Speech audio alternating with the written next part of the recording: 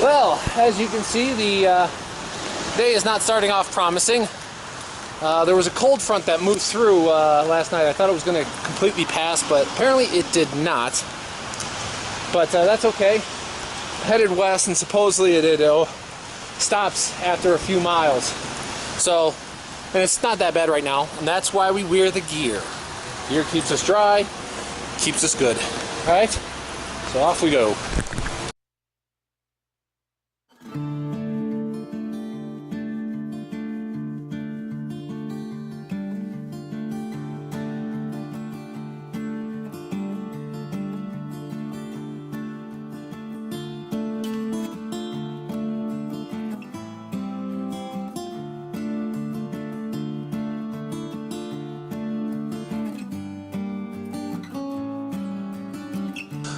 Well, the rain actually did break up not too long after getting out of Bozeman.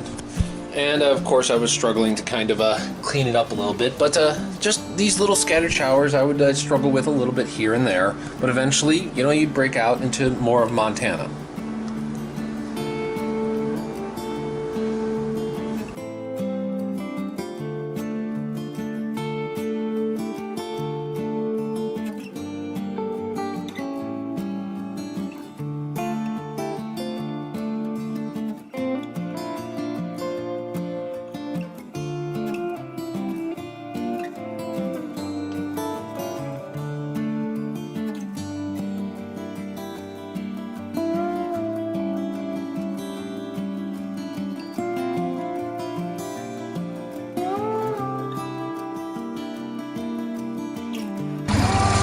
You know, here's a funny thing about Montana. Their highways don't really feel like highways. They actually are cut through mountains. I mean, the landscape, I mean, compared to the nothing you see in the flat parts of the country where it's just get from point A to point B, Montana is just a far more pleasurable like highway to get from A to B. And you kind of have to, because the way some of these western states are kind of set up, not very convenient, let's just say the least. It's like kind of really windy, which is good, but sometimes you wish there was a path, there was a road that's going east to west more than these squiggly lines that tend to go north-south. But anyway, it's still fun. Keep on going.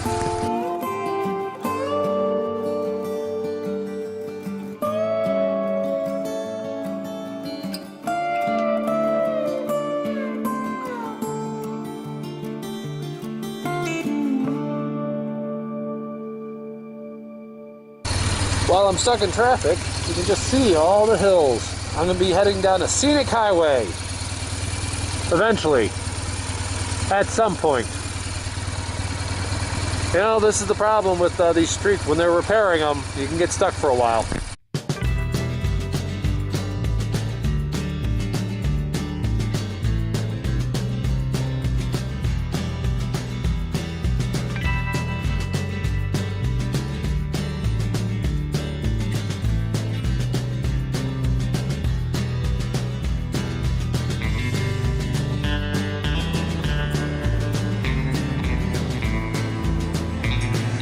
Now, after getting through the traffic jam, it started to really open up, and the rides started to become more and more enjoyable because I was off the highways and I was onto just, you know, regular two-lane streets where there wasn't a whole lot, you know, keeping an eye out, of course, for, you know, the random like stock that might be on the road, which I didn't see any. And as I moved through, one of the things that I started going through here is I started to bump into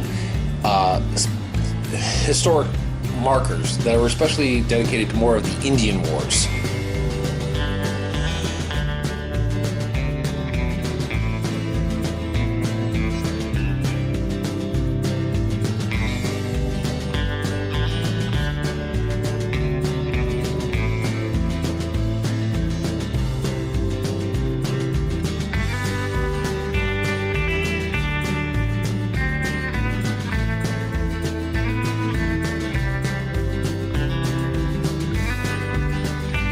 Curious of where this is. This is western Montana, getting close to Idaho.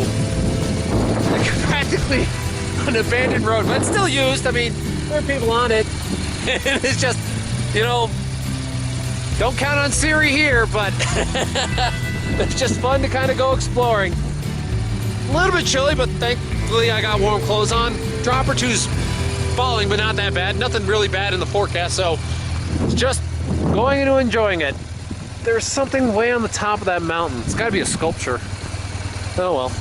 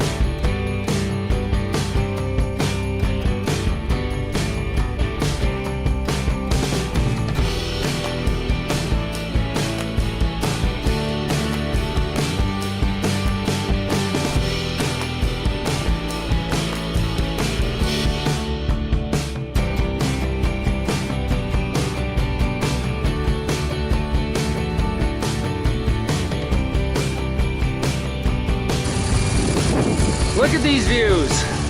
This isn't even a park. It's just ranching land everywhere. I've been seeing signs like watch out for moose or cows on the road. You know, nothing will get you to stop quicker than seeing a cow on the road or a moose. But if I catch one, I'll make sure to get it on film. But there are elusive creatures. Well, not the cows.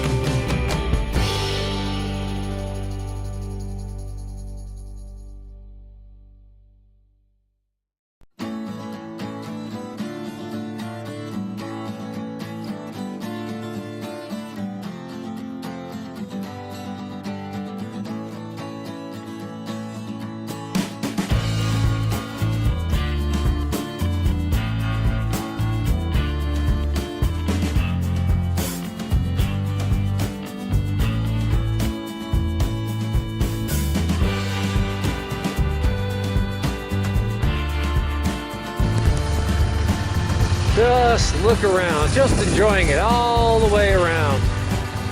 And the thing about it, people live out here. That's amazing. I mean, imagine getting up every single day. But the funny thing is, people here have garages bigger than their houses. I guess that makes sense.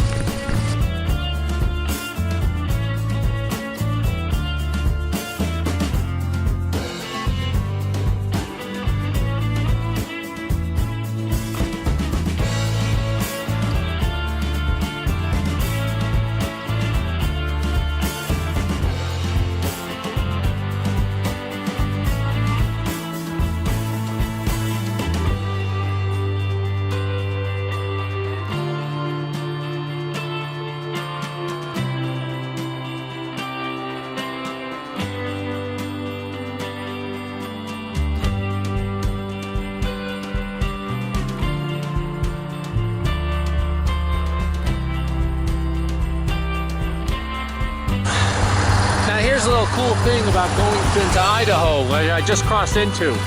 Big, booming, like, I don't know, Idaho just seems to like to have these big, booming highways that cut through mountains, and it's really cool. And they got things about the wagon road. I mean, you can talk about how settlers came through, had a really kind of tough time. Kind of sucks.